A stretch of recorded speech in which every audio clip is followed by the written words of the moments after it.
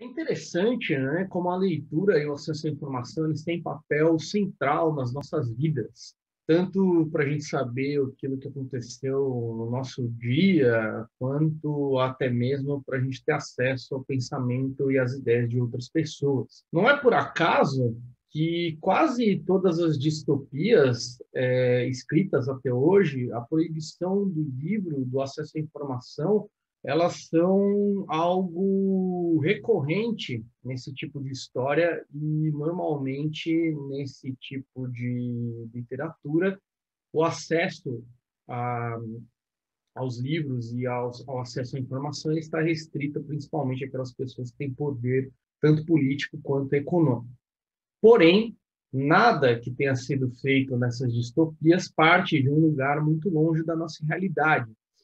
Afinal, os livros já foram queimados, já foram apreendidos, já foram proibidos em vários momentos da história, não só do Brasil, como também de vários outros países do mundo.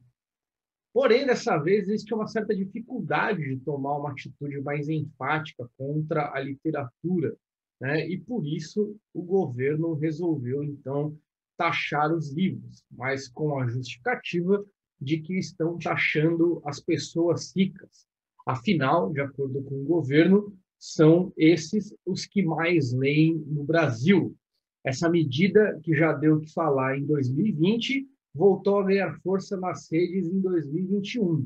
A taxação dos livros está causando o maior rebu.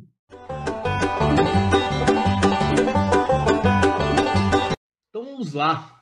Pegue sua Coca-Cola, pegue seu suco de laranja ou sua garrafa de cachaça, que agora está começando aí um novo e não sei se constante quadro que a gente vai dar o nome de Causando o Maior Rebu. Esse quadro ele tem como objetivo falar sobre as principais polêmicas aí que envolvem o mundo da literatura e o mundo da leitura. E hoje a gente vai pegar aí um tema que está em voga, né, de um vídeo que ele foi feito meio que em cima da hora, porque as polêmicas elas pulam nas redes sociais e elas têm pouco tempo de duração, não essa, né, porque se trata de uma nova lei aí que ainda está em decurso, né, da sua aprovação.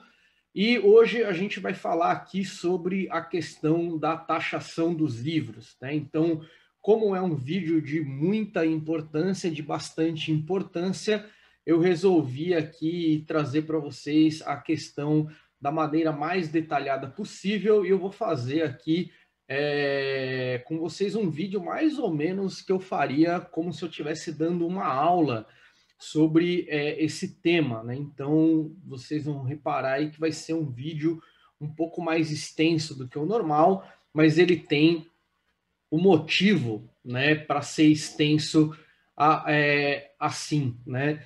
Então, basicamente, a gente vai fazer, né, esse vídeo em três etapas, né? Quatro etapas, digamos assim.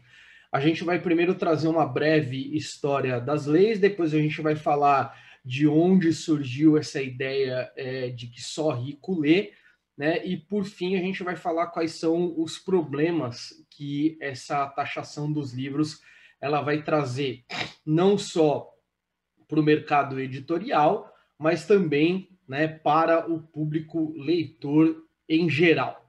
Bem, então a gente vai começar aqui com uma breve história dessa lei aí, né, que é uma lei que existe no Brasil desde a Constituição de 1946, quando o então deputado federal, o Jorge Amado, né, ele criou a lei que isentava de impostos os livros, tá? E também qualquer forma de circulação de informação.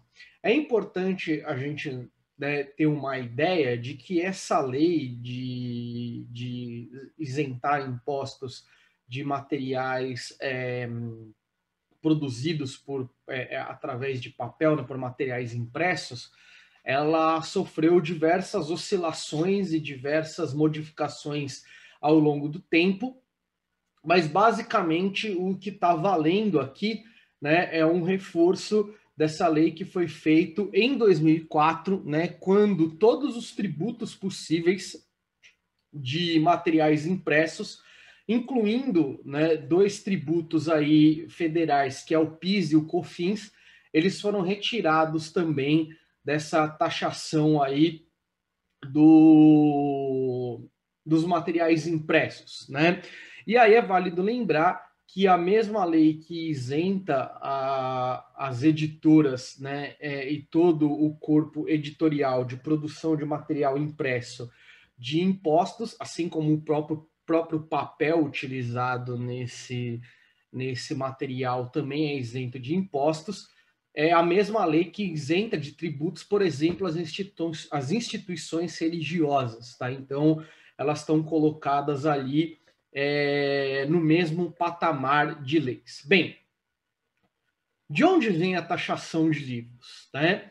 A ideia de taxar os livros, ela vem junto com a reforma tributária, né? Existem três propostas de reforma tributária, uma que foi elaborada pela Câmara dos Deputados federais, outra que foi elaborada pelo Senado e uma que foi elaborada pelo governo federal através do Ministério da Educação.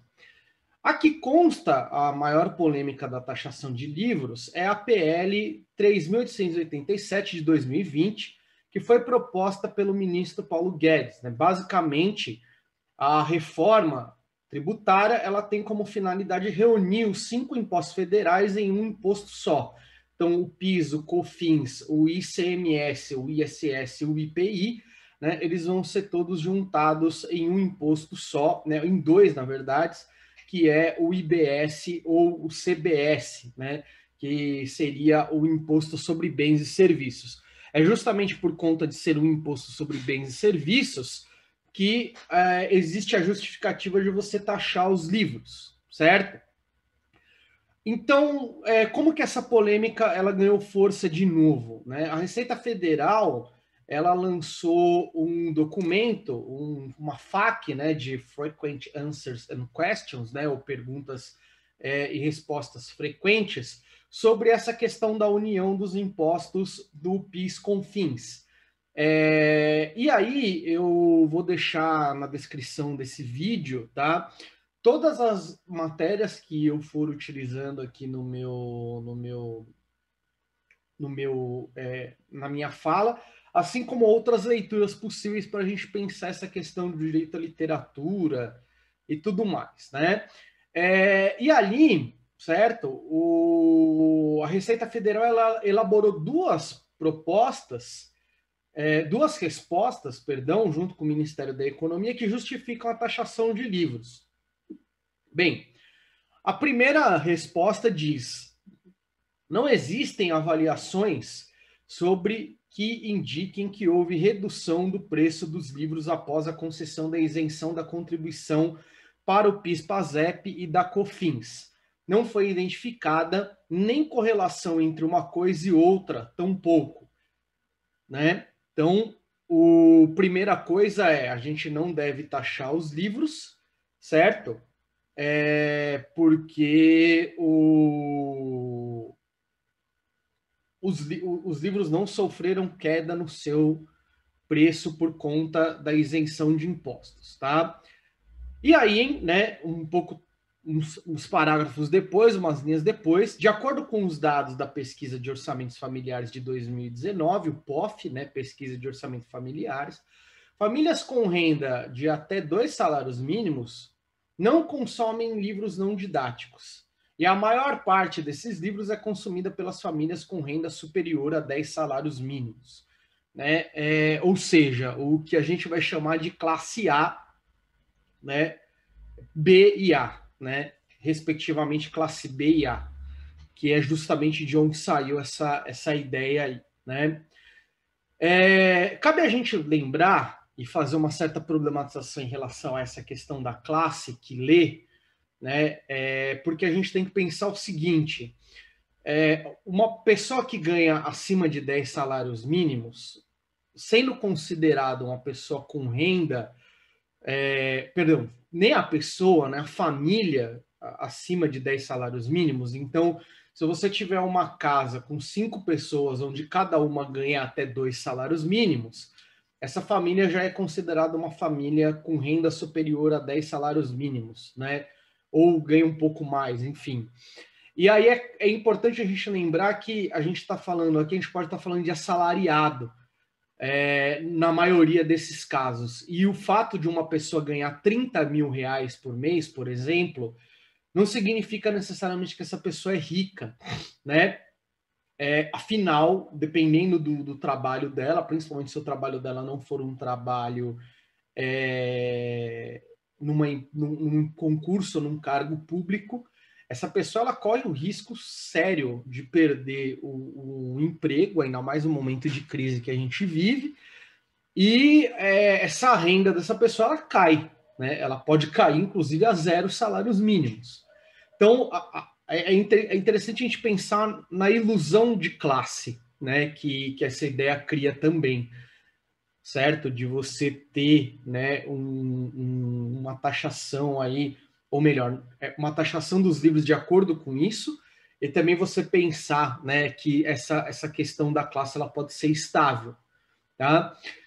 E aí teve uma outra frase que ela foi proferida pelo próprio Paulo Guedes por volta de agosto de 2020, que foi dada em resposta ao questionamento do Marcelo Freixo, né, o deputado federal do PSOL, em relação a essa questão da taxação também, né? E aí o Paulo Guedes ele fala assim: vamos dar o livro de graça para o mais frágil, para o mais pobre, e não isentar o deputado Marcelo Freixo, que pode muito bem pagar um livro. Nós não precisamos de isentá-lo para ele comprar o livro dele. Eu também, quando compro o meu livro, preciso pagar o meu imposto. Então aqui a gente vai ter 2 problemas, né? Nessa frase do Paulo Guedes. O primeiro problema está relacionado com essa questão de doar o livro, que depois a gente vai falar lá na frente o que isso pode significar e qual que é o problema disso. Né? E uma outra é ele pressupor que só o Marcelo Freixo, como deputado, que ele está naquele grupo, né, de pessoas acima de 10 salários mínimos, ele sozinho, inclusive, assim como o Paulo Guedes também. Né? Então ele fala, como se ele fosse taxar só essas pessoas. Né? Essa reportagem aí eu tirei da Veja Abril, né, da parte de economia do site da Veja. Como eu falei, vou deixar todas aqui. Né? Então é daí que sai a ideia de que só rico lê no Brasil, certo? Então o que acontece aqui é o seguinte, tá? Pelo que eu percebi, parece que essa frase ela nunca foi proferida, certo? Então ninguém nunca virou e falou assim, só rico lê no Brasil. No entanto, né, não é porque a frase não foi dita que a intenção da frase não foi essa, né, de dizer que só rico lê. Na palavra do Paulo Guedes está claro isso, certo? Ele fala que ele vai doar livro para os pobres, certo? E que ele vai taxar o livro porque quem tem que pagar o livro é o rico, né? Quem pode pagar pelo livro é o rico e etc. Certo? E aí a gente vem para a nossa questão, né? Será que é verdade? Ou será que não existe um contraponto melhor, né, do que pensar, né? É que vindo desse governo aí. Bem, né? Será que isso é verdade, então? Né? Então, vamos falar primeiro da taxação em geral, certo? A reforma tributária, então, ela vai vir com a prerrogativa de taxar os livros, né, e os meios de comunicação impressos. No caso, então, não seria uma taxação individual por livro produzido, mas sim um imposto de 12% cobrado sobre a receita bruta das editoras. Então, a gente pensa assim, então se você tem 12% cobrado em cima da renda bruta das editoras, a gente pode imaginar que o preço do livro, então, ele não vai sofrer 12% de imposto, porque vai ser um imposto cobrado lá no geral, então ele vai se difundir, né, entre toda a produção de uma editora. Mas né, segundo o site Valor Invest, que é um site de investimentos do jornal Valor Econômico, que pertence aí ao grupo Folha e Globo, né, uma parceria entre os dois. Nesse caso, o preço final do livro ele pode sofrer um aumento de 20% para o consumidor, né? Então, uma taxação de 12% lá no topo, ele pode cair para a gente como 20% para o consumidor. Ou seja, o problema não vai ser só das editoras, né? Ele vai ser de quem lê também, certo? E olhando assim, a gente pode pensar da seguinte forma aí um cálculo, tá? Se o livro custa R$100, ele vai passar a custar R$120, certo? Porque aí você vai ter um aumento de 20% no livro, né? De acordo com o Valor Invest. Então, praticamente você vai comprar hoje, né? Se você comprar com esse imposto 5 livros, você vai comprar um livro a mais só de imposto. É basicamente isso, né? É claro que isso aí é uma conta bruta, mas a gente pode pensar que, por exemplo, de R$500 em livro que você compra, tá? Você vai pagar, por exemplo, R$560 por causa do imposto. Isso a gente não está nem falando de frete, tarará, e outras coisas aí que podem aumentar também com o preço de outras coisas que estão subindo junto. Então, é mais uma coisa para aumentar, né? Então, isso aí pensando num cálculo simples. Aí é lógico, né? Se você for pensar num cara que ganha 10 salários mínimos, R$100 a mais não necessariamente é tanta coisa, né? Mas para um estudante, por exemplo, de medicina, de economia, de história ou qualquer outra coisa assim, que o cara está fazendo mestrado, que já perderam suas bolsas, grande parte aí. O cara ainda vai ter que gastar com livro, né? Esse livro não vai ser não é obrigatoriamente devolvido para a universidade, porque ele não foi comprado com o dinheiro da bolsa, né? Porque isso existe, né? O estudante que compra o livro com o dinheiro da bolsa dele, ele tem que doar o livro para a instituição, né? E aí, certo? Vai acabar acontecendo que a pessoa vai ter que comprar do próprio bolso dela o livro mais caro ainda, né? Bem, então o sindicato nacional, aí, né, indo para a questão do documento da Receita Federal, o CENL, Sindicato Nacional dos Editores de Livros, respondeu ao documento do Ministério da Economia em relação às duas questões, né? A primeira parte, que não existem indicativos de que houve redução no preço, certo?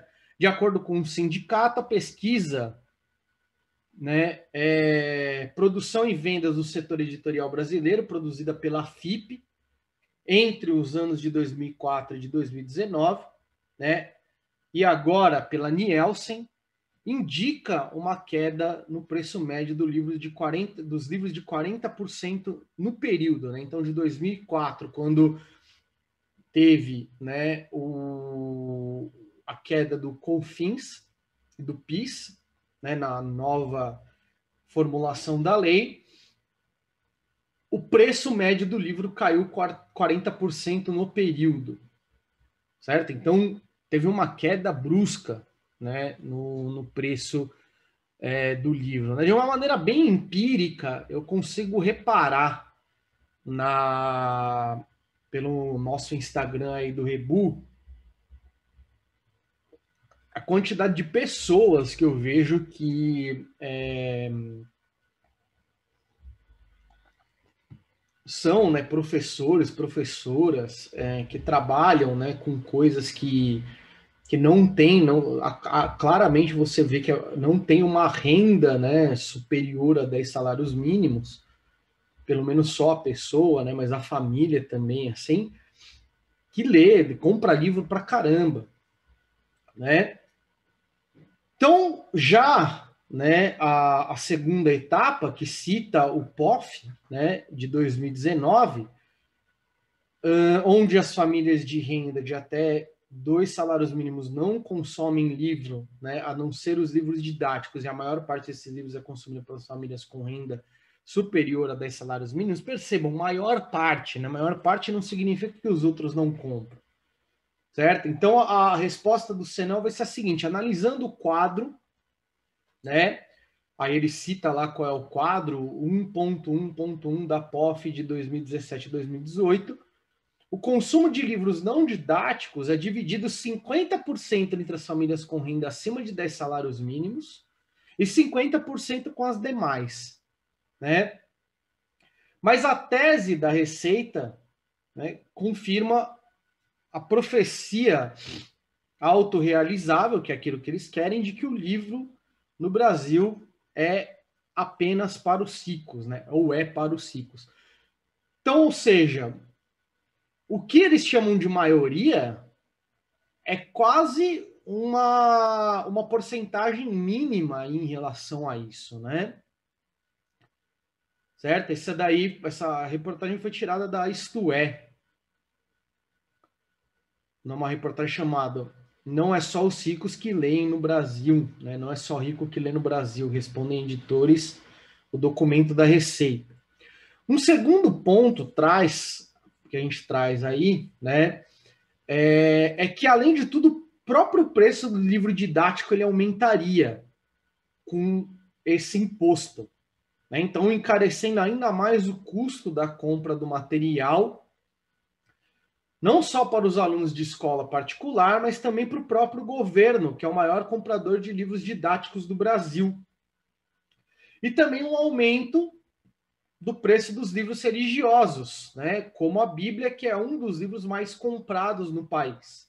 Isso aí de acordo com uma reportagem que foi feita lá em agosto de 2020, né? Quando o Paulo Guedes falou isso aí, né? Tá na coluna de economia do site da UOL, isso daí. Então, assim, os pobres, então, que não compram livros não didáticos, agora eles vão ter dificuldade de também comprar os livros didáticos, né? As pessoas que possuem aí a renda de um salário mínimo, né? De 2, 3, seja lá o que for, né? Abaixo de 10 salários mínimos, certo?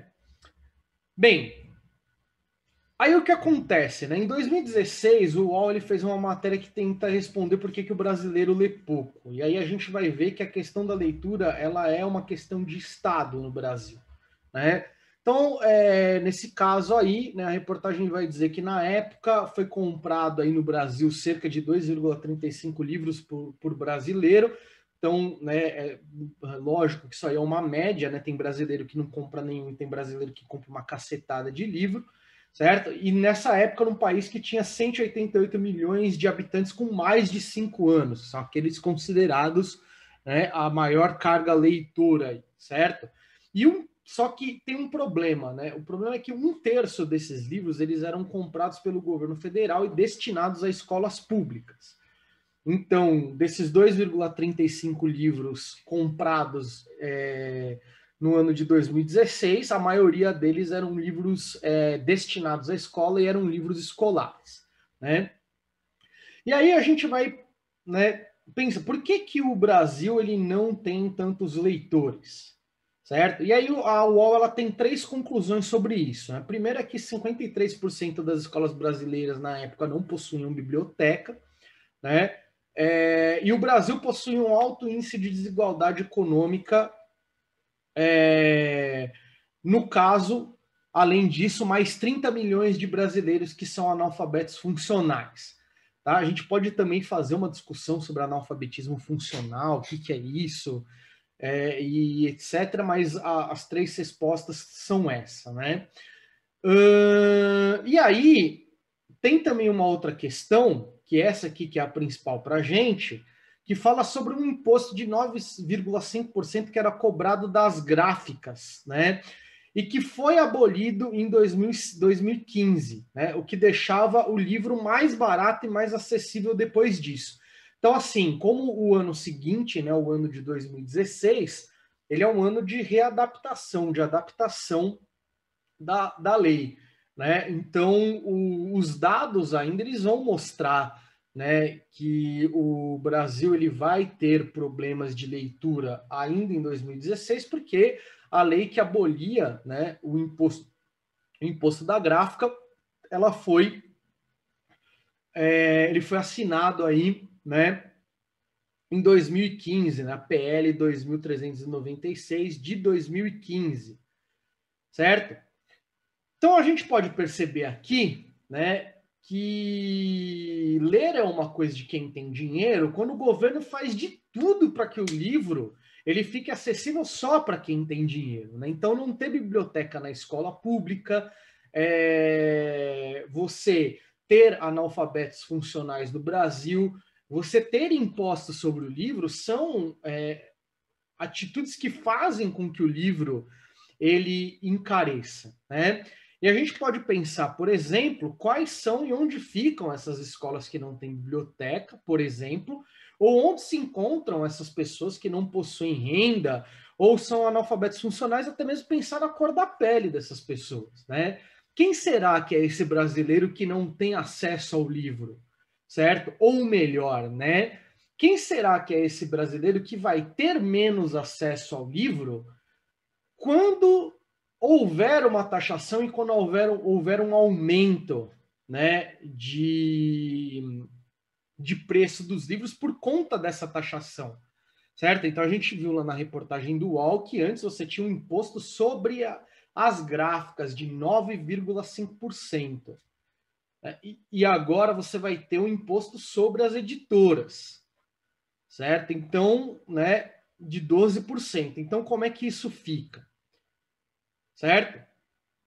A gente pode destacar também o ponto que desincentiva a produção de novos livros nacionais de autores diversificados. A gente pode pensar essa questão, por exemplo, quando a gente analisa a produção cinematográfica no Brasil, né? Que as quedas de produção de filmes no Brasil, elas acontecem justamente quando o governo dificulta a produção, né?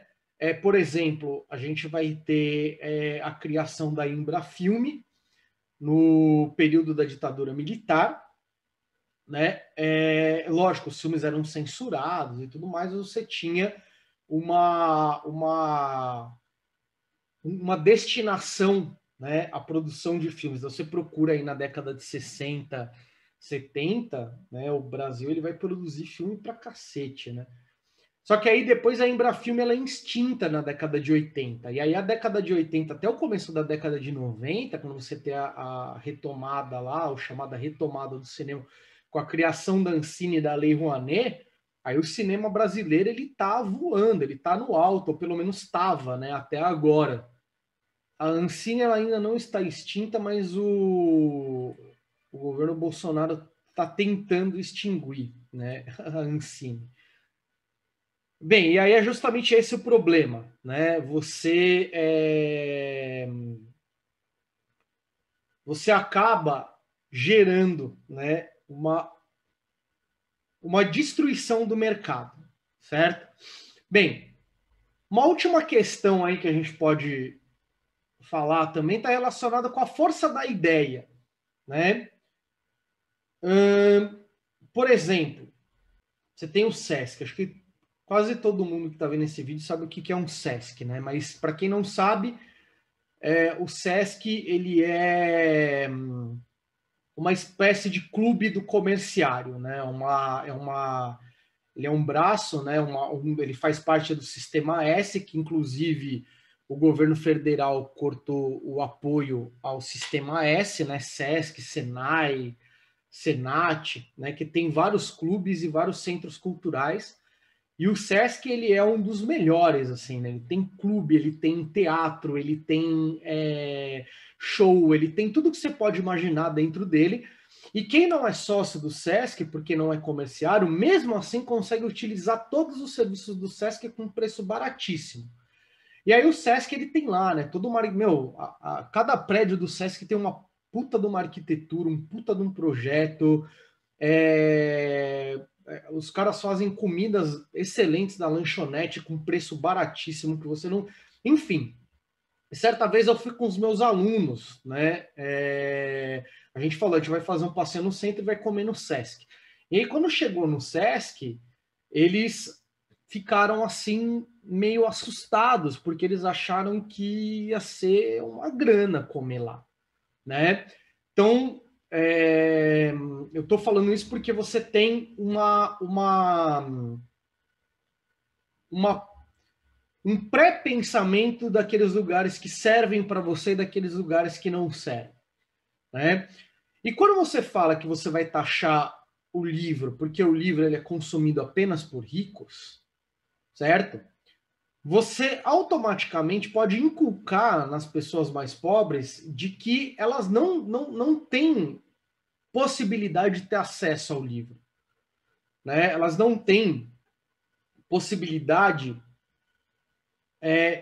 de comprar um livro, porque às vezes ela não vai querer nem saber o preço, ela já vai falar que é caro de tantas vezes que se falou, né? O livro é coisa de rico, o livro é caro, o livro é coisa de rico, o livro é caro. Ou seja, como se fosse uma propaganda, né? E aí, a partir do momento em que uma autoridade com influência, como Paulo Guedes, ele profere essa frase, é claro que as pessoas com poder aquisitivo menor, às vezes elas nem têm um poder aquisitivo tão menor assim, né? Quanto elas acham que elas têm. E aí elas vão acabar pensando em consumir, comprar outras milhares de coisas aí do que comprar o livro, ir num cinema diferente, até mesmo frequentar o próprio Sesc, né? Ou outros lugares dos quais elas acham que elas não pertencem. Né? Isso aí é uma outra coisa que a gente pode discutir em vários vídeos também, certo? Bem, qual que é o problema aí? O problema maior está relacionado com que essa falta de acesso aos meios culturais e à leitura, que parece simples num primeiro momento, ele pode impactar depois em questões materiais, né? Com dificuldade de acessar a leitura, por exemplo, essas pessoas elas podem ter mais dificuldade de se desenvolver economicamente. Até porque as provas de vestibulares, os concursos, né, eles cobram tudo aquilo que, de acordo com Paulo Guedes, só as pessoas ricas elas leem, né? Aí eu, por exemplo, estava vendo um podcast chamado Contemporaneidade, estava falando sobre essa questão, e aí ele fala, né, que no Enem caiu, por exemplo, uma redação, se eu não me engano, foi no ano passado, no ano retrasado, né? Não vou lembrar de cabeça agora, mas acho que foi no ano retrasado, sim, porque o do ano passado foi esse ano, né? Essa pandemia está dando uma confundida. Que o tema era acesso ao cinema, né? E aí você pensa, como que isso pode se desenvolver, por exemplo, na cabeça de um jovem que nunca pisou no cinema, nunca pôde pisar num cinema, né? Como é que ele vai conseguir desenvolver esse tema? Então, assim, ter acesso à leitura, à materialidade do livro, né, faz com que a pessoa ela vá, né, ela tenha maior contato com aquilo. Por exemplo, eu percebi que vários alunos meus, alguns, né, começaram a ler mais conforme a gente vai levando o livro para a sala de aula. Que eles veem o material, assim, eles ficam empolgados, eles querem ter, né, eles acham bonito. Vai tudo a partir do contato visual. Então você afasta, né, as pessoas mais pobres ainda mais, né? Você afasta, pelo menos do meu ponto de vista, você afasta financeiramente, você afasta psicologicamente essas pessoas, né? Bem, vamos lá. Doar livros resolve, né? Doar livro é bom, certo? Mas não ajuda, não resolve o problema, tá? Por quê? Porque a doação de livros, ela pode ser feita de algumas maneiras, até mesmo prejudiciais. As pessoas podem doar todos aqueles livros que ela considera inútil, né? E que não tem uma leitura que vai agregar alguma coisa na vida dessas pessoas, certo?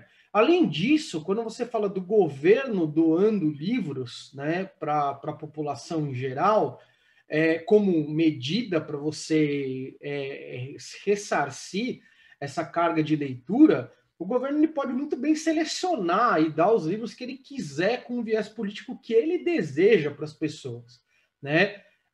Então, o necessário é que você tenha o livro num preço acessível para que essa pessoa ela forme um acervo na casa dela que traga para ela as leituras que estão relacionadas com aquilo que o universo do conhecimento que ela está estudando pede.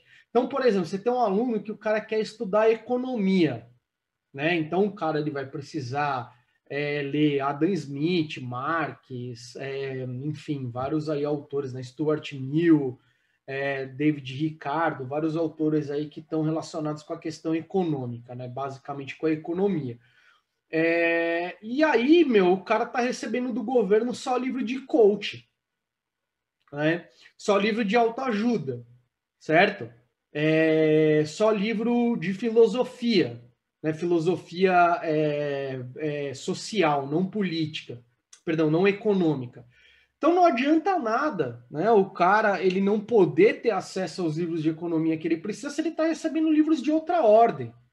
Né? Então, e aí ele pode receber qualquer livro. Às vezes a gente percebe assim, eu lembro que pelo menos há um tempo atrás eu estava na minha graduação, eu precisava fazer uns trabalhos da graduação e ia na biblioteca pegar livro e assim não tinha um livro que dava possibilidade de eu pesquisar sobre aquilo que eu precisava. Né? Então, é preciso pensar que construir um acervo de livros, isso aí também pode ser um outro vídeo legal, né? Construir um acervo de livros, ele parte da sua escolha sobre os livros que você vai comprar, né? E não das escolhas que vão fazer em relação aos livros que você tem que ler, né? Porque não é só ler, é ler aquilo que você precisa, certo?